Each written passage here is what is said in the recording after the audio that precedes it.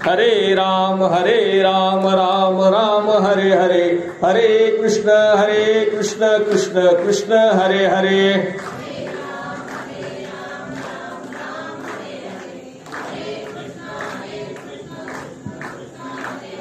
हरे राम राम राम हरे हरे, हरे कृष्ण कृष्ण कृष्ण हरे हरे।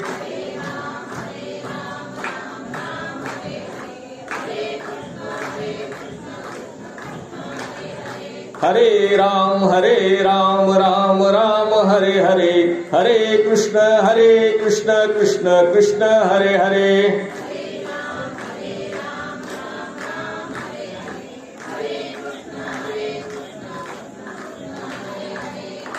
सर्व गणांची देवता आणि बुद्धीचे देवता, रिद्धी सिद्धीचे देवता गणपती गजानन यांच्या चरणी, यांच्या मूर्तीसमोर वंदन करून संत श्री सद्गुरु चुडामणी बालादास महाराज आणि रेणुका माता या गुरुवर्यांना वंदन करून आणि आपणा सर्वांना, श्रोत्यांना आणि या गणपती मंडळाच्या सभासदांना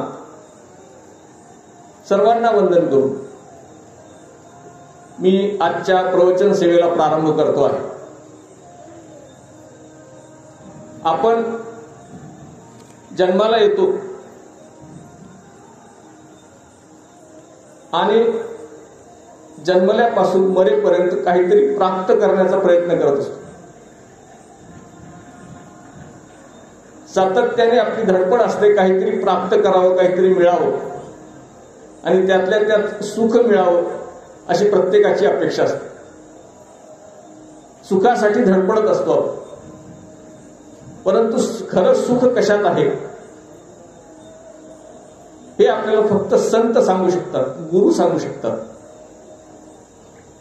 आणि म्हणून संतांनी जे जे साहित्य लिहिलेलं आहे, म्हणून संतांनी जे जे निर्माण केलेलं आहे, त्यांच्या चरित्राचा आणि त्यांच्या साहित्याचा अभ्यास करून आपल्याला त्याच्यातून आपल्या जीवनाचं मर्म ओळखावं लागतं। ज्ञानेश्वर माऊली असतील, जगद्गुरु तुकाराम महाराज असतील, शांतीब्रह्म एकनाथ महाराज असतील, या सगळ्या संतांनी आपल्याला जीवन कसं जगावं हे शिकवलेलं आहे। आणि हे शिकण्यासाठी म्हणून आपण यांच्या पाठीमागे जातो किंवा यांनी सांगितलेल्या गोष्टी करत असतो। म्हणून माऊलींनी या पृथ्वीवर अवतार घेतला, महाराष्ट्रात अवतार घेतला आणि ज्ञानेश्वर माऊलींनी एकापेक्षा एक सरस असे ग्रंथ आपल्याला दिले। ज्ञानेश्वरी दिली, अमृतानुभव दिला, चांगदेव पासष्टी दिली आणि त्याच्यानंतर सर्व साधकांसाठी, आपल्यासाठी, सामान्य माणसासाठी हरिपाठ दिला। आणि ह्या हरिपाठातून 27 अभंगामधून माऊलींनी आपल्याला हरिनामाचं महत्त्व सांगितलेलं आहे आणि स्वतःचे अनुभव सांगितलेले आहेत। आपण सातत्याने ज्या सुखासाठी धडपड करत असतो ते इंद्रिय सुख या समाजामध्ये, या पृथ्वीवर, या वस्तूमध्ये आपण शोधत असतो, परंतु आत्म्याच्या सुखाचा आपण विचार करत नाही। हे आत्म्याचं सुख हे परमात्म्याकडे आहे आणि या परमात्म्याची ओळख आपल्याला करून घ्यायची आहे। आणि जीव आणि शिव हे भिन्न नाहीत, हे एकच आहेत। माया आणि ब्रह्म, प्रकृती आणि पुरुष हे भिन्न नाहीत, एकच आहेत। या ईश्वराचीच माया आहे, या ईश्वराचीच सृष्टी आहे, या सृष्टीतल्या प्रत्येक कणाकणामध्ये तो दडलेला आहे। याचा शोध आपल्याला घ्यायचा आहे आणि हा शोध माऊलींनी आपल्याला घेण्यासाठी हरिनाम दिलेला आहे। या हरिनामाचा शोध कसा घ्यावा, कसा करावा, याच्यासाठी माऊलींनी जे अभंग लिहिलेत त्यातला एक अभंग आज मी निरूपणासाठी घेतलेला आहे। हा जो अभंग आहे हा हरिपाठामधला 15वा अभंग आहे। या सगळ्या अभंगांच्यावर प्रवचन देण्याची मी मालिका चालू केलेली आहे। त्यातला 15वा अभंग मी आज आपल्या समोर ठेवतो आहे। हा अभंग आपल्या परिचयाचा आहे, आणि ह्या अभंगाचा आपल्याला जसा अर्थ लागेल तसा उलगडण्याचा मी प्रयत्न करणार आहे. अभंगाचे शब्द आहेत. हा 4 चरणाचा अभंग आहे. एक नाम हरी, द्वैत नाम दुरी, अद्वैत कुसरी, विरळा जाणे. समबुद्धी घेता समान श्रीहरी, शमदमा वैवी हरी झाला. सर्वाघटी राम देहादिही एक, सूर्यप्रकाशक सहस्त्र रश्मी. ज्ञानदेवा चित्ती हरिपाठ नेमा, मागिलिया जन्मा मुक्त झालो. हरिमुखे म्हणा पुण्याची गणना कोण करी. असा हा अभंग आहे. जे हरिपाठ करतात, ज्यांनी हरिपाठ ऐकलेला आहे त्यांच्या परिचयाचा हा अभंग आहे. यातून माऊली काय सांगतात याचा आपल्याला विचार करायचा आहे. माऊली पहिल्याच चरणामध्ये असं सांगतात, एक नाम हरी, द्वैत नाम दुरी. एकच नाम किंवा एकच हरी सर्वत्र नटलेलं आहे, दुसरं काहीही नाही. द्वैत नाम दुरी, दुसरं जे काही आहे माया रूपामध्ये जे आहे, सृष्टी रूपामध्ये जे आहे ते दुसरं काहीही नाही, हरीचीच ती कला आहे. हरीचाच हे प्रदर्शन आहे किंवा हरीच याच्यामधून स्पष्ट होतो आहे. म्हणून अद्वैत साधण्याची म्हणजे हरी साधण्याची कला किंवा कुसर आपण प्राप्त करावी असं माऊली सांगताय. अद्वैत कुसरी विरळा जाणे. द्वैत कला ही सगळ्यांनाच येते. द्वैत विश्व आणि परमात्मा हे 2 भिन्न आहेत हे सगळ्यांनाच माहिती आहे. परंतु हे दोन्ही एकत्र पाहण्याची जी कला आहे ती फक्त संतांच्याकडे असते आणि ती कला ही विरळ आहे. चांगल्या कला ह्या विरळच असतात, दुर्मिळ असतात आणि ती कला आपल्याला प्राप्त करायची आहे. म्हणून कुसरी असा शब्द माऊलींनी वापरलेला आहे. कुसरीचा अर्थ कला, कौशल्य किंवा वर्म, चातुर्य अशा अर्थाचा हा शब्द आहे.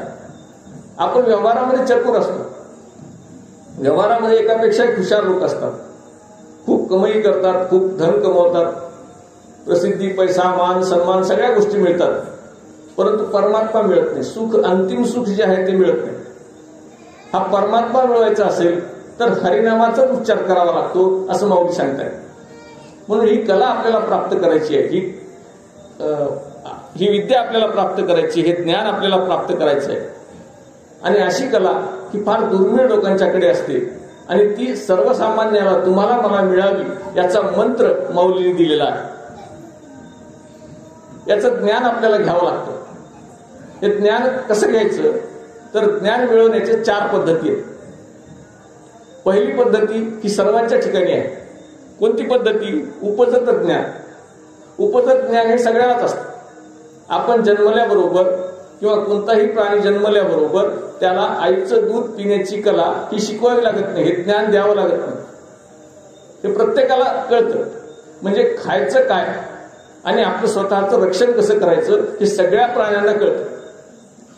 कुत्र्या मांजरांना कळतं, वाघाला कळतं, शेळीला कळतं, सगळ्यांना कळतं. प्रत्येक जण काय खायचं ते मिळवायचा प्रयत्न करत असतो आणि कसं वाचायचं याचा प्रयत्न करत असतो. आयुष्य वाढवण्यासाठी प्रत्येक जण प्रयत्न करतो. ही जी कला आहे ही उपजत कला आहे. ही सगळ्यांनाच प्राप्त आहे. तुम्हाला, मला सगळ्यांनाच माहिती आहे आपण काय खावं आणि काय खाऊ नये, कसं जगावं हे सगळ्यांना आहे. संरक्षण करण्याची कला, संरक्षण करण्याचं ज्ञान आणि भक्षण करण्याचं ज्ञान हे सर्वांच्या ठाई आहे. हे उपजत ज्ञान. याला वेगळं ज्ञान मिळवण्याची गरज नसते आणि हे न शिकवता येत. हे सर्व ठाई आहे. आणि आपल्या ठाई आणखी काही गुण आहेत. भांडण करण्याची कला किंवा भांडण करण्याचं ज्ञान हे कुणाला शिकवावं लागतं का? नाही. सगळेच जण भांडतात. थोड्या प्रमाणामध्ये, कमी प्रमाणामध्ये, जास्त प्रमाणामध्ये भांडणं सगळेच करतात. प्राणी एकमेकामध्ये भांडतात, माणसं एकमेकामध्ये भांडतात, शेजारी भांडतात, सासासुना भांडतात, नंदा भावजाया भांडतात, भाऊ भाऊ भांडतात. महाभारत तर भांडणातच आहे. या सगळ्यामध्ये भांडणं होतच असतात. म्हणजे भांडणाचे जे ज्ञान आहे ते ज्ञान घ्यावं लागत नाही. एकमेकाचा द्वेष करण्याचं, असूया करण्याचं ज्ञान घ्यावं लागत नाही. ते आपोआप आपल्यामध्ये निर्माण होतं. राग घ्यावा लागत नाही, शिकावा लागत नाही, तो आपोआप येतो. आपल्या मनासारखी एखादी गोष्ट नाही झाली किंवा मनाविरुद्ध एखादी गोष्ट झाली की आपल्याला राग येतो.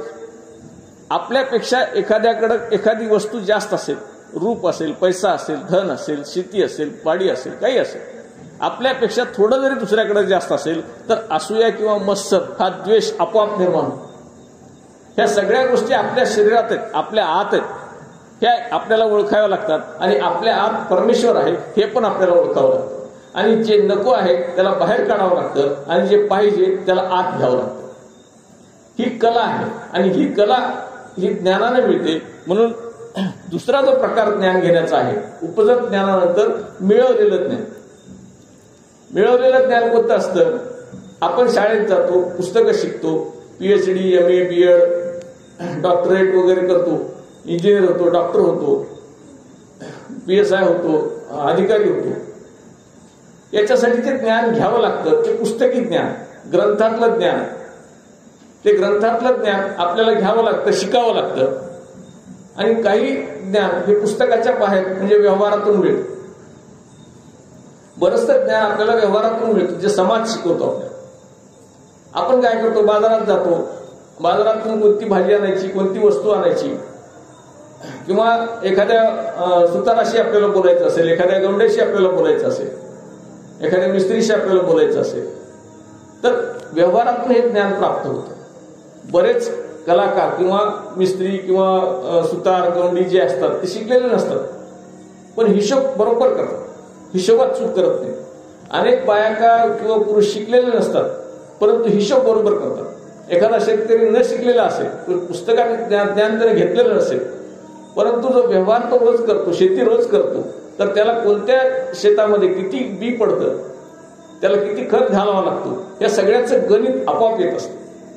असं ज्ञान हे मिळवलेलं ज्ञान आहे, व्यवहारातलं ज्ञान आहे, पुस्तकातलं ज्ञान आहे. एखादा मुलगा, आपले वडील सुतार असतील तर त्याचा मुलगा सुतार होतो पुढे. एखादा मुलगा मिस्त्री असेल तर त्याचे वडील मिस्त्री असतील तर तो मिस्त्री होतो. एखादा गायक असेल तर त्याचा मुलगा गायक होतो. एखादा शिक्षक असेल त्याचा मुलगा शिक्षक होतो. म्हणजे हे जे ज्ञान आपण मिळवतो हे ज्ञान बाहेरून आपण मिळवलेलं आहे, हे उपजत ज्ञान आहे. बरेच असं शास्त्रातून, भौतिकशास्त्र असेल, रसायनशास्त्र असेल, पाकशास्त्र असेल, असे वेगवेगळे शास्त्र आहेत आपल्याकडे, विज्ञान आहे, त्याच्यातून पण आपण वेगवेगळं ज्ञान मिळवत असतो. हा दुसरा प्रकार झाला. आणि तिसरा प्रकार आहे स्फूर्ती ज्ञान. स्फूर्ती ज्ञान म्हणजे आपल्याला आतून काही प्रेरणा होते आणि आपल्यातून काही निर्मिती होत असते. जसं एखाद्याला कविता करायचं असते, एखाद्याला शोध लागण्याची कला असते, ती कशी प्राप्त होते, ज्ञान कसं प्राप्त होतं, तर त्याचे ते उपजत असतं. अनेक जणांना कीर्तन करण्याची कला असते, अनेक जणांना गायन करण्याची कला असते. ती स्फूर्ती असते, आतून त्याला असं वाटतं की आपण कविता करू शकतो. सगळ्यांना कविता करता येतात का? येत नाही. तुम्ही मी कवी होऊ शकतो का? लगेच होऊ शकत नाही. आपण आपल्या आतून अशी एक प्रेरणा येते, शब्द बाहेर पडतात आणि आपल्याकडे कविता तयार होते, एखादी कादंबरी तयार होते, एखादा लेख तयार होतो, एखादी वस्तू तयार होते. गणपती करण्याची सुद्धा जी कला आहे काही जणांमध्ये उपजत असते, आपोआपच त्याला स्फूर्ती येते आणि तशा प्रकारची आकृती तयार करतो. एखाद्या शिल्पकार असतो, त्याला एखादा दगड पाहायला लक्षात येतं, याच्यापासून आपल्याला मारुती, हनुमान तयार करता येतो, छान तयार करता येतो. याच्यामध्ये श्रीकृष्णाची मूर्ती दडलेली आहे, ती त्याला ओळखू येते आणि ते उपजत ज्ञान किंवा स्फूर्ती ज्ञान, त्याला ते ज्ञान प्राप्त झाल्यामुळं तो ती तशी मूर्ती तयार करू शकतो. ह्या गोष्टी सगळेजण करू शकत नाहीत, काही विशिष्ट लोकांनाच हे ज्ञान प्राप्त होतं. आणि शेवटचं आहे प्रतिभा ज्ञान. अशी 4 प्रकारचे ज्ञान घेण्याचे प्रकार आहेत. चौथं जे प्रतिभा ज्ञान आहे हे मात्र प्रयत्नाने होत नाही, पुस्तक वाचून होत नाही किंवा उपजत नसते. याला काय करावं लागतं? गुरुकृपेने, संत कृपेने, ईश्वर कृपेने हे ज्ञान प्राप्त होतं. आणि असं ज्ञान फक्त संतांच्या ठिकाणी असतं, सद्गुरूकडे असतं किंवा महात्म्याकडे असतं. गौतम बुद्धांना बोधी वृक्षाखाली दिव्य ज्ञान प्राप्त झालं. हे दिव्य ज्ञान म्हणजे काय? परमात्म्याचं ज्ञान. ज्ञानेश्वर माऊलींना ज्ञान प्राप्त झालं. ज्ञानेश्वर माऊलींनी रेड्याला ज्ञान प्राप्त करून दिलं. ज्ञानेश्वर माऊलींनी भिंतीला ज्ञान प्राप्त करून दिलं. हे कशामुळे दिलं? हे दिव्य ज्ञान आहे. हे सद्गुरू कृपेनंच मिळतं, सगळ्यांना नाही मिळत. आणि ही सद्गुरू कृपा प्राप्त करण्यासाठी आपल्याला नाम घ्यावं लागतं, आपल्याला भक्ती करावी लागते. आणि ही भक्ती आपण केली तर आपल्यावर संताची, सद्गुरूची किंवा ईश्वराची कृपा होते आणि असं ज्ञान प्राप्त होतं. आणि ह्याच ज्ञानासाठी आपल्याला धडपड करावी लागते. ज्याला दिव्य ज्ञान प्राप्त होतं त्याला जग दिसत नाही. त्याला काय दिसतं मग? या जगाचा जो कर्ता आहे, जगदीश, तो दिसतो. जगाचा ईश्वर आहे तो दिसतो. कशात दिसतो? प्रत्येक वस्तूत दिसतो, प्रत्येक प्राण्यात दिसतो. तुकाराम महाराजांना चिमण्या भेटल्या तरी त्याच्यामध्ये देव दिसायचा. तुकाराम महाराजांना पिकं असतील तर पिकामध्ये सुद्धा देव दिसायचा. सावता मळ्याला कांदा मुळा भाजीमध्ये विठ्ठल दिसायचा, चोखा मेळाला त्याच्या प्राण्यामध्ये त्याच्या गाई गुरामध्ये ईश्वर दिसायचा, आणि जनाबाईच्या गौऱ्या तर विठ्ठल विठ्ठल म्हणून बोलायच्या, चोखा मेळांची हाडं विठ्ठल विठ्ठल म्हणायची. म्हणजे हे जे दिव्य ज्ञान आहे हे दिव्य ज्ञान सद्गुरु कृपेनेच प्राप्त होतं. हे दिव्य ज्ञान प्राप्त करण्यासाठी आपल्याला सद्गुरूची कृपा मिळवावी लागते, संतांची कृपा मिळवावी लागते. आणि त्यासाठी म्हणून हरिपाठ साधना करावी लागते. ही हरिपाठाची साधना आहे. ही हरिपाठ साधना ही आपल्याला द्वैताकडून अद्वैताकडे नेते, द्वैताकडून अद्वैताकडे नेते, म्हणजे ह्या जगाकडून जगदीशाकडे नेते. आपण आपल्या समोर काय पाहतो? सगळ्या वस्तू पाहतो, झाडं पाहतो, माणसं पाहतो, वेगवेगळ्या प्रकारच्या वस्तू, आपल्या डोंगर असतील, नद्या असतील, ह्या सगळ्या गोष्टी आपण पाहतो. परंतु हे निर्माण करणारा जो आहे तो आपल्याला दिसत नाही, तो याच्यामध्ये दडलेला आहे. त्याला पाहण्यासाठी म्हणून आपल्याला हरिपाठ साधना करावी लागते, हरीचं नाव घ्यावं लागतं. आणि हरिपाठ साधना ही मोठी कला आहे, मोठं ज्ञान आहे. ही साधना ज्याला साध्य झाली त्याला जगदीश दिसतो, त्याला हरी दिसतो, त्याला देव दिसतो. त्याला देव पाहायचा असेल तर ज्ञानेश्वर माऊलींनी दिलेला हरिपाठ आपल्याला मन लावून करावा लागतो, बुद्धीने करावा लागतो, मनाने करावा लागतो. आणि हा जन्म जो आहे हा जन्म आपल्याला भक्तीच्या आनंदासाठी दिलेला आहे हे लक्षात घ्यावं लागतं. संत सुद्धा काय म्हणतात? देवा आम्हाला जन्म दे, पुन्हा पुन्हा जन्म दे, एकतर जन्म मरण नको, आता आम्हाला जन्म मरण नको, मुक्ती दे.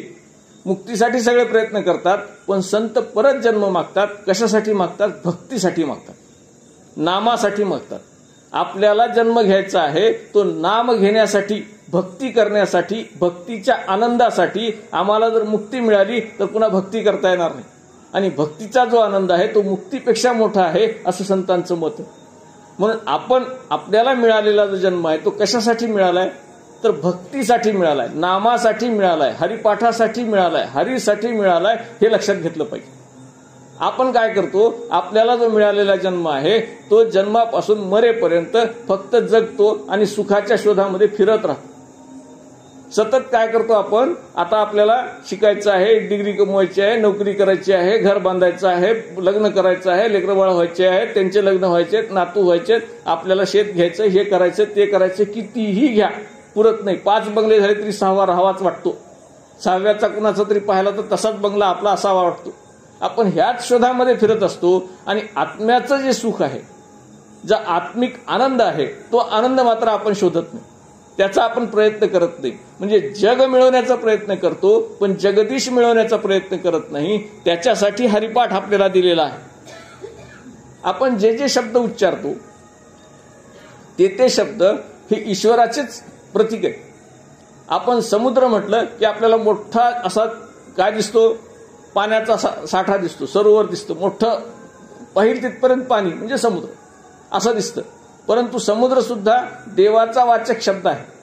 परंतु आपण समुद्र म्हणतो तेव्हा समुद्र समोर येत नाही, आपण समुद्र समोर येतो, देव समोर येत नाही. म्हणून देवाचं नाव आपल्याला घ्यावं लागतं. हरी असा शब्द आपण जेव्हा उच्चारतो तेव्हा आपल्या समोर श्रीकृष्ण उभा राहतो, किंवा विठ्ठल उभा राहतो, किंवा राम उभा राहतो. असा म्हणून हरिनामाचा उच्चार करावा लागतो. नाहीतर अन्यथा कोणताही शब्द तुम्ही उच्चारला तर त्याच्यामध्ये ईश्वर दडलेला आहे, परंतु आपल्या मनामध्ये ती मूर्ती तयार होत नाही. म्हणून हरिनामाचा उच्चार सतत करावा लागतो. अजामिळाने नारायण नारायण शब्दाचा उच्चार केला तर त्याच्या मुलासाठी केला. म्हणजे आपण एखाद्या नारायण शब्द उच्चारला, हरी शब्द उच्चारला, गोविंद शब्द उच्चारला तर एखादी व्यक्ती आपल्या समोर उभं राहते. परंतु ती व्यक्ती उभं न राहता देव उभं राहायला पाहिजे, देवाची मूर्ती उभं राहिली पाहिजे, त्याला हरिनाम म्हणतात. आणि तसं हरिनाम आपल्याला घ्यावं लागतं. आणि त्याच्यासाठी आपला जन्म आहे. म्हणून त्याच्यासाठी ज्ञान प्राप्त करावं लागतं, किंवा ज्ञान प्राप्त करून घ्यावं लागतं. हे ज्ञानामुळे काय होतं? समजा एखादी वस्तू आहे आणि आपण रात्रीच्या अंधारामध्ये बाहेर निघालेलो आहोत, तुमच्या रस्त्याने तर भरपूर अंधार, आणि अंधारामध्ये एखादी लांब सडक वस्तू समोर पडलेली दिसली आपल्याला, किंवा लोंबताना दिसली. आपल्याला काय वाटतं? हा नक्की साप असेल. पण जेव्हा आपण मोबाईल काढतो, बॅटरी काढतो, उजेडात येतो आणि ते पाहतो, त्यावेळेस लक्षात येतं की हा साप नाहीये, ही वस्तू आहे. हा एखादा बेल्ट पडलेला आहे, एखादी दोरी पडलेली आहे. हे केव्हा झालं? जेव्हा उजेड आला, म्हणजे ज्ञान आलं, त्यावेळेस आपल्या लक्षात आलं की हा साप नाहीये, ही वस्तू भीतीदायक नाहीये, याच्याऐवजी हा काय आहे? ही दोरी आहे. म्हणजे ज्ञान झालं की भीती नाहीशी होते. म्हणून ज्ञान होणं आवश्यक आहे. म्हणजे इथे प्रत्येक वस्तूमध्ये, प्रत्येक गोष्टीमध्ये ईश्वरा दडलेला आहे याचं ज्ञान झालं की माणूस पहिल्यांदा निर्भय व्हायला लागतो. आणि निर्भय झाला की भक्ती आपली रंग यायला लागते किंवा भक्ती रंगात यायला लागते. म्हणून श्रीहरी हा ह्या सर्व सृष्टीमध्ये दडलेला आहे. तो एकमेवाद्वितीय आहे. एकमेवाद्वितीय म्हणजे दुसरा कुणीही नाही, फक्त हरी हा एकच या प्रत्येक वस्तूमध्ये आहे. कणकणमे आहे भगवान. त्या कणाकणामध्ये तो दडलेला आहे हे आपल्याला समजायला लागतं. आणि हे समजणंच आवश्यक आहे. तो कसा आहे? तो गुणातीत आहे, तो मायातीत आहे. म्हणजे गुणाच्या पलीकडे, मायेच्या पलीकडे. गुणाचं काय? 3 प्रकारचे गुण आहेत, सत्व, रज आणि तम. सात्विक गुण, रजोगुण आणि तमोगुण असे 3 प्रकारचे गुण आहेत. ह्याचं वर्णन गीतेमध्ये भरपूर आलेलं आहे. आणि ही जी सृष्टी निर्माण झालेली आहे, तुम्ही आम्ही जे निर्माण झालेलो आहोत, इथं दगड निर्माण झाला आहे, लोखंड निर्माण झालेलं आहे, सोनं निर्माण झालेलं आहे, पहाड निर्माण झालेत, नद्या निर्माण झाल्यात, हे सगळं काही दिसतं जग आहे, हे सगळं ह्या गुणांनी युक्त आहे. ज्याच्यामध्ये सत्वगुण आहे, रजगुण आहे, तमगुण आहे. आपल्याला जे व्यक्ती किंवा जे प्राणी दिसतात याच्यामध्ये सुद्धा हे 3ही गुण आहेत. प्रत्येकामध्ये हे 3ही गुण आहेत. कुणामध्ये सत्वगुण जास्त असतो, कुणामध्ये रजोगुण जास्त असतो, कुणामध्ये तमोगुण जास्त असतो. त्याला आपण राक्षस म्हणतो, रजोगुणामध्ये असतील तर माणूस म्हणतो, आणि सत्वगुणी असेल तर संत म्हणतो. म्हणजे एखादा गुण कमी जास्त हा प्रत्येकामध्ये असतो. हे 3ही गुण प्रत्येकामध्ये असतात, प्रत्येक वस्तूमध्ये असतात. एवढं जे जग आपल्या समोर आहे, ह्या सगळ्या जगामध्ये ज्या ज्या वस्तू आपल्याला दिसत आहेत त्याच्यामध्ये हे 3 गुण आहेत. परंतु हे 3 गुण नाहीत अशी कोणती वस्तू आहे? तर ते परमात्मा. या गुणाच्या पलीकडे, त्याला गुणातीत असं म्हणतात. हे मायेच्या पलीकडे, माया म्हणजे हे जग, ह्या जगाच्या पलीकडे, ह्या प्रकृतीच्या पलीकडे जो कोणी दडलेला आहे, ज्याच्यामुळे हे सगळं निर्माण झालेलं आहे. हा उजेड कशामुळे आहे? सूर्यामुळे आहे, दिव्यामुळे आहे. ज्याच्यामुळे हे निर्माण झालेलं आहे. उजेड दिसतोय पण दिवा दिसत नाही, उजेड दिसतो पण सूर्य आपल्याला दिसत नाही. असं जर असेल तर आपण सूर्याचा शोध घेण्यासाठी प्रयत्न करावा लागतो. आणि म्हणून ह्या मायातीत किंवा गुणातीत असलेल्या परमेश्वराला ओळखण्यासाठी, त्याला प्राप्त करून घेण्यासाठी म्हणून आपल्याला काय केलेलं आहे? हरिपाठ दिलेला आहे. आणि आपण जी उपासना करतो, आपण जे शास्त्र वाचतो, आपण जे जे काही करतो, गणपतीची पूजा करतो, रोज आरती करतो, त्याच्या नावाने नैवेद्य करतो, ह्या सगळ्या ज्या गोष्टी का करतो आपण? एकतर वैभव प्राप्त करण्यासाठी करतो किंवा स्वर्ग प्राप्त करण्यासाठी करतो. आपल्या डोक्यामध्ये काय असतं? गणपतीची पूजा केली की आपल्याला लॉटरी लागेल, आपल्याला नोकरी लागेल, आपल्या घरी बाळ येईल, आपल्याला 4 एकर जमीन मिळेल, शेजाऱ्याचा बंगला विकायला निघेल तो मला मिळेल. अशा प्रकारची भावना घेऊन आपण गणपतीची पूजा करत असतो. तो भेटेल म्हणून किती जण पूजा करतात, किंवा प्रसाद मिळतो म्हणून सुद्धा काही जण पूजा करतात. अशी सुद्धा वृत्ती काही असू शकते. म्हणजे ह्या वेगवेगळ्या वृत्तीने आपण गणपती जवळ येत असतो. परंतु गणपती भेटावा, परमेश्वर भेटावा, परमेश्वर दिसावा, सर्वांच्या ठाई परमेश्वर आहे याची जाणीव व्हावी, याच्यासाठी म्हणून हरिपाठ करायचा, याच्यासाठी म्हणून गणपतीची आरती करायची आहे, याच्यासाठी म्हणून गणपतीची पूजा करायची आहे. आणि गणपती हा 11 दिवसाचा असेल, 21 दिवसाचा असेल, 1.5 दिवसाचा असेल, 7 दिवसाचा असेल, ही मूर्ती आपण पूजा करतो, याच्यानंतर विसर्जन करतो. संपलं का? नाही संपलं. वर्षभर आपल्या डोक्यामध्ये गणपतीची पूजा असली पाहिजे. वर्षभर आपल्याला गणपती हा दिसावा याची इच्छा असली पाहिजे.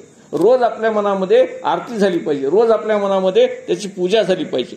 आणि म्हणून स्वर्ग प्राप्तीसाठी किंवा वैभव प्राप्तीसाठी, धनसंपत्तीसाठी, मानासाठी, सत्तेसाठी, आमदार होण्यासाठी, नोकरी मिळवण्यासाठी आपण जर पूजा करत असू तर ही पूजा काहीही कामाची नाही.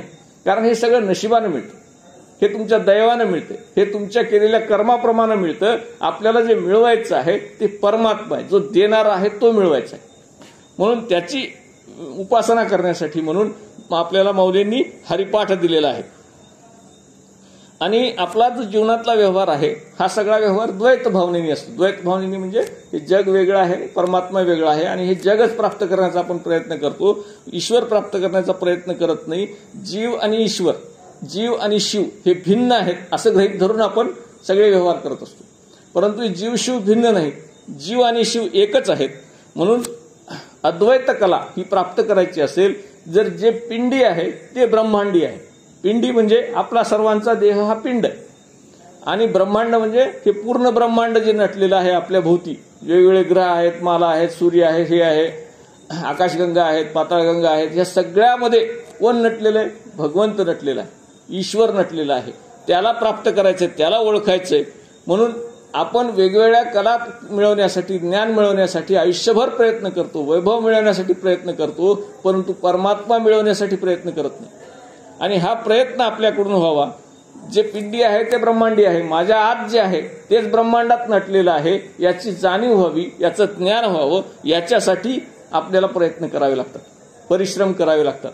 आणि ही कला आहे हरिसायुज्यता, सलोकता, समीपता, स्वरूपता आणि सायुज्यता, अशा 4 मुक्ती आहेत. ही सायुज्यता मुक्ती ही शेवटची मुक्ती आहे, म्हणजे ईश्वराशी एकरूप होणे, याला सायुज्यता मुक्ती असं म्हणतात. ही सगळ्यात मोठी कला आहे. ईश्वरासारखं होणे, ईश्वराच्या लोकात राहणे, ईश्वराचे भक्ताशी संबंध ठेवणे, ह्या सगळ्या ज्या गोष्टी आहेत ह्या स्वरूपता, सलोकतामध्ये येतात. परंतु सायुज्यता म्हणजे ईश्वराशी एकरूप होणे, आपण ईश्वराशी सामावून जाणे. ही जी कला आहे ही फक्त संतांना साध्य आहे. आणि ही कला प्राप्त करण्यासाठी आपल्याला संत व्हावं लागतं. हे ज्ञान प्राप्त करण्यासाठी आपल्याला संत व्हावं लागतं. आणि ही सगळ्यात रमणीय अशी कला आहे. तुमच्या चित्रकलेपेक्षा, गायन कलेपेक्षा, नृत्य कलेपेक्षा, या सगळ्या कलेपेक्षा सगळ्यात महत्वाची कला कोणती आहे? तर भगवंताला प्राप्त करणे आणि त्याच्यासाठी प्रयत्न करणे. ही सायुज्यता कला आपल्याला प्राप्त व्हावी. मग त्यासाठी काय करावं लागतं की देहभावना सोडावी लागते. म्हणजे शरीर सुखासाठी आपण जी धडपड करतो, शरीराला आनंदी करण्यासाठी आपण जी धडपड करतो, ही धडपड सोडून द्यायची आणि आत्म्याला सुखी करण्यासाठी प्रयत्न करायचा. आत्म्याला सुखी कसं करतात? समजा एखाद्या स्त्रीला, एखाद्या बाईला, एखाद्या आईला आपण एखादी वस्तू दिली खायला, पेढा दिला, लाडू दिला, तर ती काय करते? स्वतः खात नाही, ती तसाच झाकून घेते, जवळ घेते आणि घरी जाते आणि आपल्या मुलाबाळांना देते. मला सांगा, आनंद कोणता आहे? आपण लाडू खाण्यामध्ये आनंद आहे का लेकरांना देण्यामध्ये आनंद आहे? आपण खाल्ला, आपल्या जिभेने खाल्ला, आपल्या पोटात गेला, सगळ्यात मोठा आनंद आहे ना. परंतु तिला कशात आनंद आहे? आपल्या मुलाबाळांना देण्यात आनंद आहे, आपल्या मुलाला देण्यामध्ये आनंद आहे. आणि हा आनंद जो आहे तो आत्म्याचा आनंद आहे, शरीराचा आनंद नाही. तिला गोड लागेल का ते खाल्लेलं? नाही लागणार. तिने जर स्वतःच खाल्ला असता तर गोड नाही लागला असता. तिने मुलांना खाल्ला, तिच्या चेहऱ्यावर जो आनंद आहे तो सगळ्यात पाहण्यासारखा आनंद. हा आत्मिक आनंद प्राप्त करायचा असतो. आणि हा आत्मिक आनंद प्राप्त करण्यासाठी नेहमी मन आणि बुद्धी ही परमेश्वराला द्यायची असते. आपलं मन हे परमेश्वराच्या ठाई लावायचं असतं, आपली बुद्धी ही परमेश्वराच्या ठाई लावायची असते. आपलं मन काय करतं? वेगवेगळ्या वस्तूवर जातं. आपली बुद्धी ही वेगवेगळा विचार करते. हे सगळे विचार सोडायचे आणि फक्त भगवंताचा विचार करायचा. आपण जे जे जीवन व्यवहार करतो आहोत ते सगळे व्यवहार भगवंताच्या प्राप्तीसाठी आहेत, याच्यासाठी विचार करायचा. आणि तो विचार कसा येईल आपल्या मनामध्ये? तर पहिल्यांदा अहम सोडावा लागतो आणि ममत्व सोडावं लागतं. अहम म्हणजे मी. हा मी जो आहे ना, आपण प्रत्येक वाक्यामध्ये आपल्या मी असतो, लक्षात घ्या. मी घर बांधलं, मी स्वयंपाक केला, मी प्रॉपर्टी घेतली, मी मुलांना शिकवलं, मी नोकरी लावली, मी लग्न करून दिलं. मी मी मी हा जो मी आहे हा मी सोडून द्यायचा आणि मीच्या ठिकाणी काय करायचं? तो ठेवायचा. हे सगळं कुणी केलं? माझ्या मुलीचं लग्न जमलं, माझ्या मुलाचं लग्न जमलं. कुणी जमवलं? मी जमवलं नाही, परमात्म्याने जमवलं म्हणून जमलं. आपण काय विचार करतो? मी केलं, जे काही चांगलं झालं ते सगळं मी केलं असा विचार करतो. त्याच्याऐवजी त्यांनी केलं असं लक्षात ठेवायचं. जी जी आपल्या जीवनामध्ये घटना घडते आहे, मग ती चांगली असो वाईट असो, ती कुणाला क्रेडिट द्यायचं? परमात्म्याला क्रेडिट द्यायचं. त्यांनी आपल्यासाठी सगळं केलेलं आहे, तो आपल्यासाठी करतो आहे, तो करतो आहे, मी फक्त नाममात्र आहे, हे लक्षात ठेवायचं. युद्ध कोणी लढलं? अर्जुनाने लढलं. पण खरं युद्ध कोण लढलं? श्रीकृष्णाने लढलं. म्हणजे त्याचं पाठीराखा कोण होता? श्रीकृष्ण होते. तसं आपले सुद्धा सारथी कोण आहेत? श्रीकृष्ण आहेत, परमात्मा आहेत. आणि ते आपल्यासाठी सगळं करतात, हे आपण लक्षात ठेवलं पाहिजे. आणि मी सोडून द्यायचा पहिल्यांदा, आणि दुसरा माझं सोडून द्यायचं. माझं घर, माझी मुलं, माझी प्रॉपर्टी, माझी नोकरी, माझा साहेब, माझे बायको, काही नाही, माझं सोडून द्यायचं. सगळं कुणाचं आहे? त्याचं आहे. त्याचं म्हणजे परमात्म्याचं आहे. त्या परमात्म्याचं सगळं आहे. आपल्या बोलण्यामध्ये मी शब्द येऊ द्यायचा नाही आणि माझा शब्द येऊ द्यायचा नाही. सगळं जे काही आहे ते परमात्म्याचं आहे. म्हणजे ही शरणता आपल्यामध्ये आली की आपण काय झालो, भक्तिमय वातावरणामध्ये गेलो. आणि ही जी कला असते हरिशरणता येण्याची, ही कला फार विरळ आहे. आपल्यातला मी जातच नाही. तुम्ही काही करा, कितीही प्रयत्न करा, आपल्याला वाटतं सोपं आहे. आजपासून ठरवून टाकायचं मी शब्द वापरायचा नाही, बघा शक्य आहे असं होत नाही. फार कठीण काम आहे. ही कला प्राप्त करून घ्यायची असेल, सतत हरिनाम घ्यायचं ठरवून टाकलं आपण, रोज हरिनाम घ्यायचं, दिवस रात्र हरिनाम घ्यायचं ठरवून टाकलं, होतं का असं? कधीच खोटं बोलायचं नाही, ठरवलं आपण, होतं का असं? होत नाही. या प्रत्येक गोष्टीमध्ये ही कला आहे. ही कला अतिशय दुर्मिळ आहे आणि ती प्राप्त होऊ शकते जर आपण चिकाटीनं स्वतः प्रयत्न करून त्याचा मनोनिग्रह करून मनात पक्क गृहीत धरून जर आपण करायचं ठरवलं. साधा चहा सुटत नाही आपल्याला. आज चहा सोडायचा म्हणून तर सुटत नाही. आपण इतके मनानं कच्चे, प्रत्येक गोष्टीमध्ये आपण कच्चे आहेत. त्याला पक्क करण्यासाठी हरिनामाचा आधार घ्यावा लागतो. म्हणून तुकाराम महाराज असं म्हणतात, देह असोनिया देव, देह असोनिया देव, व्रथा फिरती निर्देव. देह आहे आणि देहामध्ये देव आहे, परंतु माणसं कुठं फिरतात? निर्देव. देव नाही तिथंच फिरत राहतात. त्याला दुसरीकडे शोधायचा प्रयत्न करतात, त्याला देवळात शोधायचा प्रयत्न करतात, त्याला कोणत्या महाराजांच्या संतांच्या ठिकाणी शोधायचा प्रयत्न करतात. तो स्वतःमध्ये आहे ह्याची जाणीव आपल्याला करून देण्यासाठी तुकाराम महाराज म्हणतात, देह देवाचे मंदिर. हा जो देह आहे हे देवाचं मंदिर आहे आणि आत्मा आत परमेश्वर आहे. आत्मा परमेश्वर आहे. देह देवाचे मंदिर आहे, आत्मा परमेश्वर आहे. किंवा काया ही पंढरी, आत्मा हा विठ्ठल. असे अभंग आहेत की ज्याच्यामध्ये आपला देह हा पंढरी आहे आणि त्याच्यामध्ये आत्मा विठ्ठल आहे. या आत्म्याला ओळखायचंय. आपण मंदिरालाच ओळखतो, आपल्या देहालाच ओळखतो, आपण आत्म्याला किंवा पंढरीला ओळखत नाही. तर त्याची ओळख होण्यासाठी देव अंतर्यामी, देव अंतर्यामी, व्यर्थ हिंडे तीर्थग्रामी. देव आपल्या आत आहे आणि आपण हिंडतो कुठं? तीर्थस्थळी हिंडतो, वेगवेगळ्या ठिकाणी स्नान करत फिरतो, वेगवेगळ्या ठिकाणी दर्शन घेत फिरतो. त्याची गरज नाही म्हणतात माऊली, त्याची गरज नाही म्हणतात तुकाराम महाराज. तुमच्या ठिकाणी, स्वतःच्या ठिकाणी देव आहे, याला ओळखण्याचा प्रयत्न करा, याला ओळखा. नाभी मृगाचे कस्तुरी, कस्तुरी मृगाच्या नाभीमध्ये कस्तुरी असते.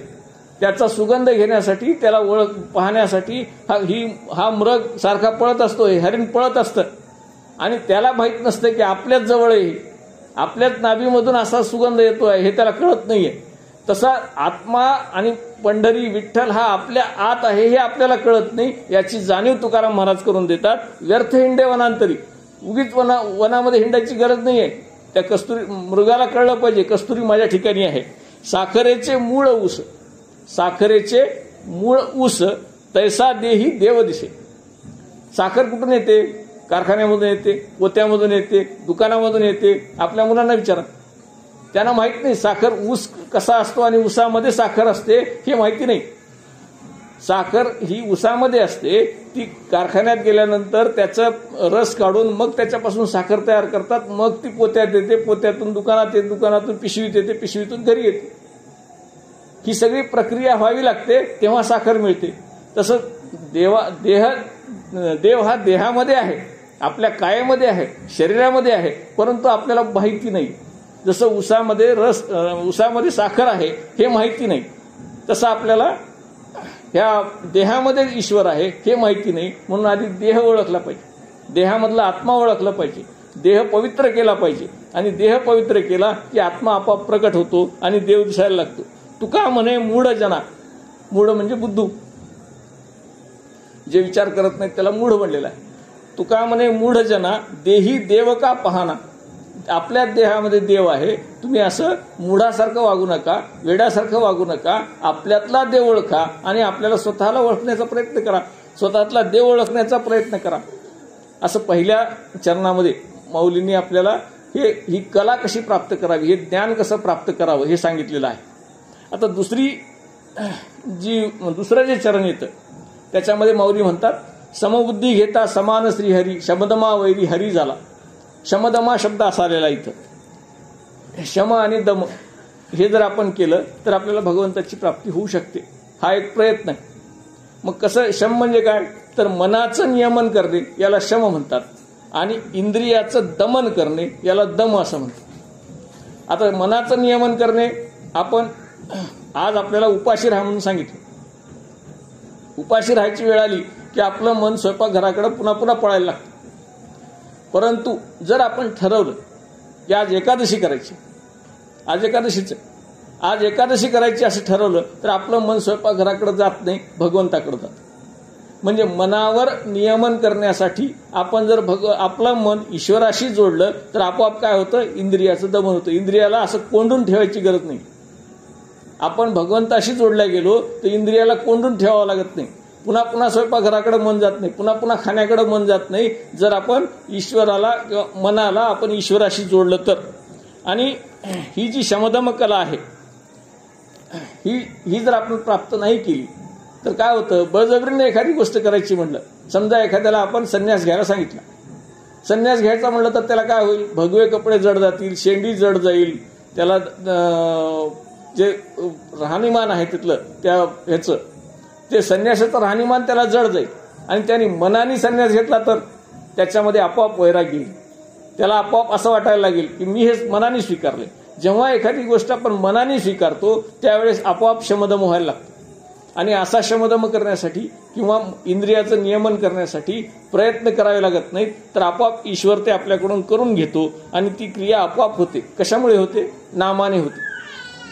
आपण जर सातत्याने नाम घेत राहू, आपण जर सातत्याने भगवंताचं नाम हरिनाम घेत राहू तर आपल्याला ती कला आपोआप प्राप्त होते आणि भक्ती आपल्याकडून व्हायला लागते, जप आपल्याकडून व्हायला लागतो आणि भगवंत आपल्याला समदृष्टी देतात म्हणजे आपल्याला सर्वांच्या ठाई भगवंत आहे याचे ज्ञान व्हायला लागतं आणि त्याची सत्ता, भगवंताची सत्ता याची प्रचिती यायला लागते.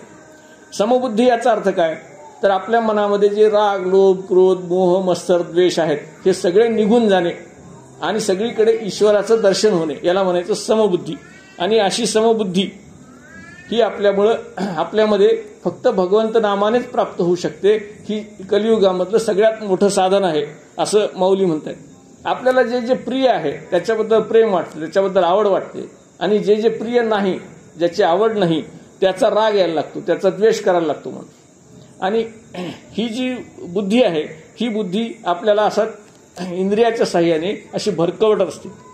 म्हणून भगवंताच्या ठिकाणी जर आपण राहिलं तर ही समता आपल्याला प्राप्त होते. त्याच्यासाठी गीतेमध्ये 2 श्लोक आलेले आहेत. हे 2 गीतेच्या 2ऱ्या अध्यायामध्ये हे 2 श्लोक येतात. रागद्वेष वियुक्तस्तु विषयानिंद्रियश्चरन् आत्मवैश्यैर विधेय आत्मा प्रसादमधि गच्छति प्रसादे सर्व दुःखानां हानिरस्योपजायते प्रसन्न चेतसो ह्याशु बुद्धी पर्यवतिष्ठते. असे 2 श्लोक भगवद्गीतेमध्ये 2ऱ्या अध्यायामध्ये आलेले आहेत. आणि या दोन्ही श्लोकामध्ये असं सांगितलेलं आहे की जो राग आणि द्वेष हे सोडून, क्रोध आणि लोभ हे सोडून जो आपल्या इंद्रियाचा विषयोपभोग घेतो तो भगवंताशी जोडला जातो. म्हणजे आपल्याला कुणाचा राग यायचा नाही किंवा कुणाबद्दल द्वेष, आकस भावना मनामध्ये निर्माण होणार नाही. अशा पद्धतीनं जो आपलं अंतःकरण ताब्यात ठेवतो, आपलं मन ताब्यात ठेवतो, आपले इंद्रिय ताब्यात ठेवतो तो भगवंताशी जोडला जातो आणि अंतःकरणाची, मनाची, आत्म्याची प्रसन्नता प्राप्त करतो. म्हणजे आईला मुलाला जीव घातल्यानंतर जो आनंद होतो तसा आनंद आपल्याला प्राप्त होतो जर आपण भगवंताशी जोडल्या गेलो तर जर आपण विषयाचा उपभोग हा इंद्रियावर, आपल्या मनावर दमन करून, मनाचं नियमन करून आपण जर केला तर आपल्याला तशी बुद्धी होते आणि दुःखनाश होतो. हा दुःखनाश होतो, बुद्धी आपली निवृत्त होते म्हणजे वैराग्य भावना यायला लागते आणि परमात्म्यात स्थिर होते. भावशून्यता येते. भावशून्यता म्हणजे राग, लोभ काहीच नाही असा चेहरा जो आहे त्याला म्हणतात भावशून्यता येते. आणि निश्चय बुद्धी होते. निश्चय बुद्धी याचा अर्थ आपण परमात्म्याशी जोडल्या जातो आणि परमात्मा सर्वत्र नटलेला आहे असा निश्चय आपलं मन करतं. म्हणजे आपण निर्भीड व्हायला लागतो. सगळीकडे परमात्मा आहे ही बुद्धी आपल्यामध्ये झाली, याचा अर्थ आपल्या बुद्धीने निश्चय केलाय की हे बाकीचं सगळं असत्य आहे, बाकीचं सगळं अनित्य आहे आणि परमात्मा तेवढा सत्य आहे, अशी भावना आपल्यामध्ये निर्माण होते. आणि जर अशी भावना निर्माण होत नसेल, जर इंद्रियाच्या पाठीमागं विषयाच्या पाठीमागं आपण जात असू, तर आपण नास्तिक होतो आणि आपलं मन सातत्याने अशांत राहतं. ही शांती आपल्याला प्राप्त होत नाही किंवा आनंद प्राप्त होत नाही. आपल्याला अशी षटसंपदा, 6 ऐश्वर्य जे शम दम सहनशक्ती श्रद्धा समाधान उपरती हे सगळे प्राप्त करायचे असतील तर सातत्याने हरिनाम घ्यावं लागतं. आणि स्थिर बुद्धीने आपण जर ध्यानधारणा केली तर आपल्यामध्ये भक्ती मुरते. भक्ती मुरणे याचा अर्थ, आपण मुरणे हा शब्द कशात वापरतो? लोणच्यामध्ये मीठ मुरणे, मातीमध्ये पाणी मुरणे, गुलाबजामुनमध्ये पाक मुरणे ह्याच्यासाठी वापरतो. त्याच्यामध्ये तो गोडवा येतो. तसा गोडवा, तसा भक्तीचा गोडवा आपल्यामध्ये येतो जर आपण आपलं मन अंतःकरण स्थिर ठेवलं आणि भगवंताशी जोडलं. आणि सगळे विकार जातात, सर्वत्र हरिरूप दिसायला लागते, सत्यपणाची आणि भगवंताच्या अस्तित्वाची भावना निर्माण होते. आणि मुखात सतत नाम असेल तर त्याचं ठाण आपल्या अंतरात यायला लागतं. भगवंताचं ठाण कुठे यायला लागतं? आपल्या अंतरात यायला लागतं आणि आपल्यातला भगवंत जागा व्हायला लागतो. नामामुळे काय होतं? यम नियम हे समाधीचे सुरुवातीच्या पायऱ्या, ज्याला सत्य अहिंसा ब्रह्मचर्य असंग्रह हे जे सगळे गुण आहेत, पाच यमाचे 5 गुण आहेत आणि नियमाचे 5 गुण आहेत. हे 10 गुण फक्त नाम घेणाऱ्याला आपोआप प्राप्त होतात. त्याला काहीही करावं लागत नाही. कारण हरिनाम घेणारा माणूस चोरी करत नाही, हरिनाम घेणारा माणूस खोटं बोलत नाही, हरिनाम घेणारा माणूस दुसऱ्याचं वाईट चिंतत नाही, हरिनाम घेणारा माणूस राग करत नाही. हे सगळे लक्षणं आपल्यामध्ये कशामध्ये येतात? आपण जर सातत्याने हरिनाम घेतलं तर ही सगळी लक्षणं आपल्यामध्ये दिसायला लागतात. आपलं मन बदलतं, आपली वृत्ती बदलते, आपला स्वभाव बदलतो आणि भगवंताच्या भेटीसाठी तो तयार होतो. हे तयार होण्यासाठी म्हणून हरिपाठ आहे. आणि नाम हे सर्वात सत्य आहे. नाम हेच सत्य आहे, हरी हाच सत्य आहे, ही भावना तयार होते आणि त्याच्या शक्तीची जाणीव होते. नामाची शक्ती, नामामध्ये शक्ती आहे की नाही? नाम घेतलं की कुठलंही कार्य होतं. दगड सुद्धा तरतात. श्रीराम नामाने आपल्याला रामसेतू बांधताना दगड तरले, म्हणून राम नामाने दगड तरतात. तसं आपण सुद्धा या नामाने तरतो आणि आपल्याला आपल्या देहामध्ये जर भगवंत सापडला तर आपल्याला सर्व देहामध्ये भगवंत दिसायला लागतो. म्हणजे समोर असलेल्या प्राण्यामध्ये सुद्धा आपल्याला, गायीमध्ये सुद्धा देवाचा वास दिसायला लागतो. बैलामध्ये असेल, म्हशीमध्ये असेल, माकडामध्ये असेल, गाढवामध्ये असेल, सगळ्या प्राण्यांच्या ठिकाणी जे जे भेटेल भूत ते ते जाणीजे भगवंत, अशी भावना आपल्यामध्ये निर्माण व्हायला लागते. आणि ही जी भावना आहे किंवा वासना आहे जी आपल्याला बिघडवते ती 2 प्रकारची असते. एक असते देहबुद्धीतून आणि दुसरी असते आत्मबुद्धीतून. देहबुद्धीतून कशी असते? तर संसार, घर, पैसा ह्या देहाच्या सुखासाठी जे जे काही आपण कमवतो ते सगळं देहबुद्धीतून प्राप्त होतं. आणि आत्मबुद्धीतून काय प्राप्त होतं? तर संतांचं दर्शन व्हावं, संतांची भेट व्हावी, देवाचं दर्शन व्हावं, गणपतीच्या आरतीला आपण हजर राहावं, रामनाम आपल्या मुखात यावं, आपल्या हातून दान घडावं, आपल्या हातून सेवा घडावी, आपल्या हातून काहीतरी अन्नदान घडावं, रक्तदान घडावं, अशी जी भावना निर्माण होते याला आत्मबुद्धी असं म्हणतात. आणि या दोन्ही बुद्धीतून आपल्याला पुनर्जन्म येतो, म्हणजे जन्म घ्यावा लागतो. परंतु पहिलं देहबुद्धीतून आपण जर सत्ता संपत्ती वगैरे कमवली असेल तर कोणाच्याही घरी जन्म होतो. आणि आपण जर आत्मबुद्धीतून संतांची, शास्त्राची अशी जर भावना ठेवलेली असेल तर आपला जन्म हा एखाद्या संताच्या घरी होतो, साधकाच्या घरी होतो. आपला जन्म कुठे व्हावा याचं हे जर आपल्याला ठरवायचं असेल तर आत्मबुद्धी जागृत ठेवावी लागते आणि देहबुद्धी सोडावी लागते. सर्वाघटी राम देहादिही एक सूर्यप्रकाशक सहस्त्ररश्मी असं तिसरं चरण आहे. आणि याच्यामध्ये मौली असं म्हणतात की सूर्य प्रकाशित झाला सकाळी सकाळी की काय होतं? जगातल्या सगळ्या वस्तू आपल्याला दिसायला लागतात. लहानात लहान वस्तू असतील, मोठ्यात मोठ्या वस्तू असतील, सगळ्या वस्तू दिसायला लागतात. म्हणजे सूर्य एक आहे आणि त्याच्यापासून निघणारे किरण किती कोटी आहेत माहित नाही. ते सगळे किरण जिथं जिथं पडतात ती ती वस्तू प्रकाशित होते. तसं भगवंत एक आहे, देव किती आहे? एकच आहे. आणि हा भगवंत हा सगळ्यामध्ये आहे. त्याचं प्रतिबिंब आपल्या सगळ्यामध्ये आहे. म्हणून जेवढ्या वस्तू, जसं सूर्याच्या किरणापासून सगळ्या वस्तू दिसतात, तसं भगवंत सगळ्याच्या ठिकाणी आहे. सूर्याच्या किरणासारखा तो प्रत्येक वस्तूमध्ये आहे, प्रत्येक ठिकाणी आहे. ही बुद्धी आपल्याला प्राप्त व्हावी लागते. आणि एकदा ही बुद्धी प्राप्त झाली की आपण जे कर्म करतो आहोत ते सगळे कर्म काय होतात, हे सगळे ईश्वररूप व्हायला लागतात. म्हणजे आपण सध्या तुम्ही शेतकरी आहेत, तुम्ही शिक्षक आहेत, तुम्ही व्यापारी आहेत, तुम्ही गृहिणी आहेत, तुम्ही काही इतर कामं करता. ह्या सगळ्या कामामध्ये आपल्याला काय होतं, ईश्वर दर्शन व्हायला लागतं. आणि आपली कामं ही आपण देवासाठी करतो आहोत. म्हणजे शेतकरी शेतामध्ये जातो तेव्हा त्याला सगळ्या वस्तू देवरूप दिसायला लागतात. व्यापारी दुकानामध्ये जातो तेव्हा त्याला समोरचे ग्राहक असेल किंवा वस्तू असतील ह्या सगळ्या देवरूप दिसायला लागतात. शिक्षक असेल त्याला विद्यार्थ्यामध्ये देव दिसायला लागतो. स्वयंपाक करणारी स्त्री असेल तर तिला स्वयंपाक हा माझा देव खाणार आहे असं वाटायला लागतं. म्हणजे प्रत्येक ठिकाणी देवाचं अस्तित्व आपल्याला जाणवायला लागतं जर आपण भगवंताचं अस्तित्व मान्य केलं तर. आणि त्याची सत्ता एकदा मनामध्ये मुरली, मनामध्ये आपल्या लक्षात आलं की सगळीकडे परमेश्वर आहे, सर्वत्र परमेश्वर नटलेला आहे, हे एकदा आपल्याला जाणीव व्हायला लागली की आपल्याला बाकीच्या गोष्टीचे कशाची चिंता लागत नाही, कशाचं ध्यास लागत नाही, फक्त परमेश्वराचा ध्यास लागतो. आणि ह्या जगामध्ये काही ठेवलेलं नाही, परमेश्वर हा एकच आहे जो प्राप्त करण्यासारखा आहे, अशी भावना निर्माण व्हायला लागते. वंदीन मी भूते, वंदीन मी भूते आता अवघाची समजते. सगळ्यांमध्ये तू नटलेला आहेस म्हणून मी प्रत्येक भूताला नमस्कार करीन. प्रत्येक भूताला नमस्कार करीन म्हणजे स्मशानभूमीत दिसतात ते भूत नाही, तर आपण सगळे भूत आहेत. जे जे प्राणी आहेत त्याला भूत म्हणतात. ह्या सगळ्यांच्या मध्ये तू नटलेला आहेस म्हणून मी सगळ्यांना नमस्कार करेन.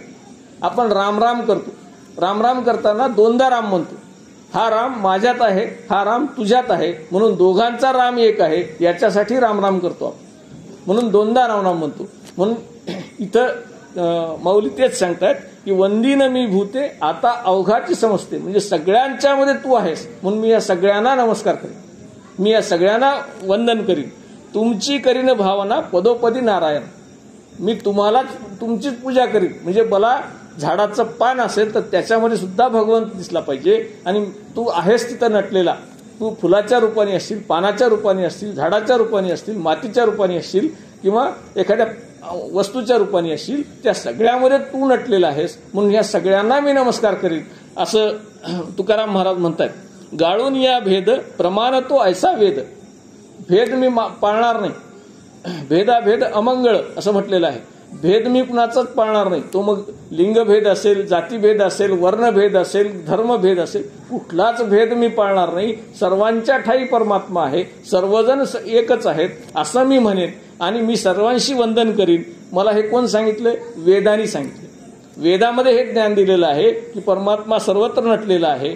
तुका म्हणे मग नव्हे दुजियाच्या संगी, मी दुसऱ्याच्या संगे जाणार नाही, फक्त परमात्म्याच्या. म्हणजे माझ्या बाजूला बसलेल्या प्रत्येक व्यक्तीमध्ये, प्रत्येक प्राण्यामध्ये परमात्मा आहे आणि मी परमात्म्यासोबत आहे अशी भावना मी ठेवीन आणि सर्वांना वंदन करीन.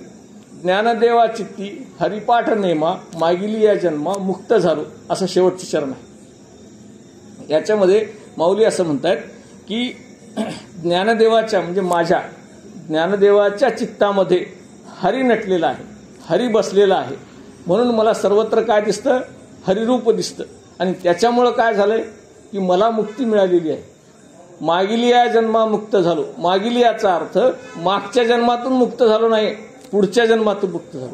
मला जे पुढे जन्म येणार आहे, आता आपले जन्म 84 लक्ष योनी पार झाले. आपल्या सगळ्या योनीतून आपण फिरत आलो, मानव योनीमध्ये आलो. आता ह्याच्या पुढचा जन्म कोणता आहे माहीत नाही. इंग्लंडमध्ये, अमेरिकेमध्ये, भारतात आहे, महाराष्ट्रात आहे, कुठे आहे काही माहिती नाही आपल्याला. कोणत्या प्राण्याच्या रूपात आपण कीटक मुंगी काय होणार आहेत माहीत नाही.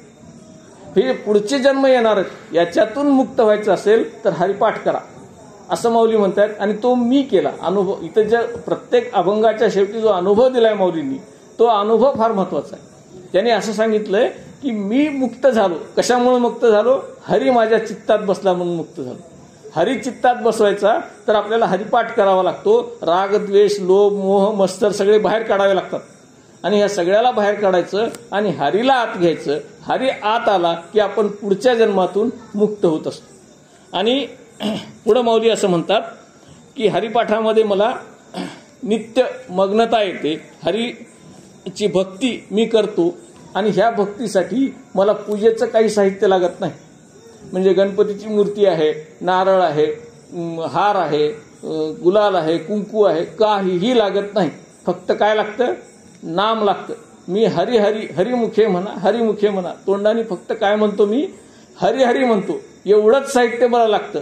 आणि ह्याच साहित्यातून किंवा या हरिनामातून मी पुढचे जन्म सगळे चुकवलेले आहेत. आणि मग मी जन्म घेतो कसा? मी हरीशी एकात्म राहतो. आणि मी जन्म घेतो ते माझ्या इच्छेने घेतो. माऊली स्वतःच्या इच्छेने जन्म घेतात, म्हणून त्यांना अवतार म्हटले. लक्षात घ्या, आपला अवतार नाहीये, आपला दिसायचा अवतार आहे. आपला अवतार नाहीये, माऊलींचा अवतार आहे, तुकाराम महाराजांचा अवतार आहे, एकनाथ महाराजांचा अवतार आहे, श्रीकृष्णाचा अवतार आहे. हे अवतार जे स्वतःच्या इच्छेने येतात त्याला अवतार असं म्हणतात. आणि आपला जन्म असतो. लक्षात घ्या. म्हणून त्यांनी अवतार घेऊन इथं आलेले आहेत. माऊली कशासाठी आलेत? त्यांच्या येण्याचा उद्देश जो आहे तो स्वतः भक्ती करणे हा एक उद्देश आहे, आणि भक्ती करायला लावणे हा एक उद्देश आहे. स्वतःच्या सुखासाठी, स्वानंद सुखासाठी त्यांनी अवतार घेतलेला आहे, आत्मसुखासाठी अवतार घेतलेला आहे. आणि आपल्यासारख्या सामान्य माणसाला, साध्यासुध्या माणसाला हरिभक्तीला लावण्यासाठी त्यांनी अवतार घेतलेला आहे. त्यांना यायची गरज नाहीये, त्यांनी स्वतः यावं असं नाहीये. ते आलेत कशासाठी? त्यांनी एवढे हाल अपेष्टा सहन केल्या कशासाठी? लोकांची बोलणी खाल्ली कशासाठी? तर ते आपल्याला मुक्त करण्यासाठी, आपल्याला साधनेला लावण्यासाठी त्यांनी हे सगळे प्रयत्न केले. हरिभक्तीच्या प्रसारासाठी मी जन्म घेतला असं माऊली म्हणतायत. आणि स्वेच्छेने जन्म मागितला. भगवंताला सांगितलं, हरिपाठ कीर्ती मुखे जरी गाय, मला हरिपाठ कीर्ती गायची आहे, मला तुझ्या नावाचा प्रचार करायचा आहे, प्रसार करायचा आहे, मला जन्म पाहिजे, म्हणून त्यांनी जन्म घेतला. असे माऊलींचे 98-99 जन्म झालेले आहेत. पुन्हा पुन्हा माऊली जन्म घेतात आणि पुन्हा पुन्हा आपला उद्धार करतात. असा उद्धार करण्यासाठी म्हणून हे संत येत असतात. संत हे पुन्हा पुन्हा अवतार घेतात आणि आपल्याला जाग करण्यासाठी येतात, आपल्याला हरिनामाची महती कळवण्यासाठी येतात, आपल्या जन्माचा उद्देश कळवण्यासाठी येत असतात. आपण का जन्मलो याचा विचार आपण कधीच करत नाही. आलो याची कारणाशी, कोणत्या कारणाशी आलो, मी कशासाठी जन्म घेतलाय, मला काय प्राप्त करायचंय, का जन्मायचं फक्त मरायचंय, बाकी काहीच करायचं नाही. तर हरिप्राप्तीसाठी म्हणून माझा जन्म आहे हे जाणीव करून देण्यासाठी म्हणून माऊलीसारखे संत अवतार घेतात. आणि देवाच्या प्रेमासाठी, देवाच्या भक्तीसाठी पुन्हा पुन्हा जन्ममरण स्वीकारतात. त्यांचं जन्ममरण स्वीकारणं हे देवभक्तीसाठीच आहे. आपल्याला जे जन्म आणि मरण आहे ते त्याच्यासाठीच आहे. आणि म्हणून आपला ओढा हा भक्तीकडे लागला पाहिजे, आपला ओढा हरिपाठाकडे लागला पाहिजे, आपला ओढा ईश्वराकडे लागला पाहिजे. आणि असा सर्वांच्या ठिकाणी लागावा. सर्वांना हरिभक्तीची गोडी प्राप्त व्हावी, सर्वांना हरिभक्तीचं वेड लागावं अशी इच्छा व्यक्त करून आपण सर्वांनी भक्ती करावी, जन्म पुन्हा पुन्हा घ्यावा, तो भक्तीसाठी घ्यावा अशी इच्छा व्यक्त करून मी आजची सेवा ही गणपतीच्या, गणेशाच्या चरणी अर्पण करतो, सद्गुरूंच्या चरणी अर्पण करतो. आणि आपण सर्वांनी मला इथं बोलवलं, मला विशेष मान दिला, आज गणपती पूजेचा मान दिला, त्याच्यासमोर माझा सत्कार केला, याबद्दल आपणा सर्वांचे अगदी मनापासून आभार मानतो. आणि आपण महिलांनी सुद्धा सगळ्या घरच्या ज्या काही समस्या आहेत त्या सगळ्या सोडून मन लावून माझं 1 तासभराचं जे प्रवचन आहे, निरूपण आहे, ते अगदी मन लावून ऐकलं त्याबद्दल. आणि लहान लहान लेकरांनी सुद्धा मला साथ दिली त्याबद्दल त्या सर्वांचं मी गणपतीच्या चरणी सर्वांचं कल्याण व्हावं अशी इच्छा व्यक्त करून आजची सेवा इथे पूर्ण करतो. यानंतर प्रसाददान होईल आणि आपला आजचा कार्यक्रम संपेल. सर्वांनी प्रसाददान म्हणायचं आहे. आता विश्वात्मके देवे येणे वाग्यज्ञ तोषावे, तोषोनी मज द्यावे पसाय दान हे. जे खळांची व्यंकटी सांडो तया सत्कर्मी रती वाढो. भूता परस्परे पडो मैत्र जीवांचे, दुरितांचे तिमिर जाहो. विश्व स्वधर्म सूर्य पाहो, जो जे वांछिल तो ते लाहो. प्राणी जात वर्षत सकळ मंगळी, ईश्वर निष्ठांची मांदियाळी. अनवरत भूमंडळी भेट तू या भूता. चला कल्पतरूंचे आरव, चेतना चिंतामणीचे गाव. बोलते जे अर्णव पियुषांचे, चंद्रमे जे अलांछन. मार्तंड जे तापहीन, ते सर्वाही सदा सज्जन.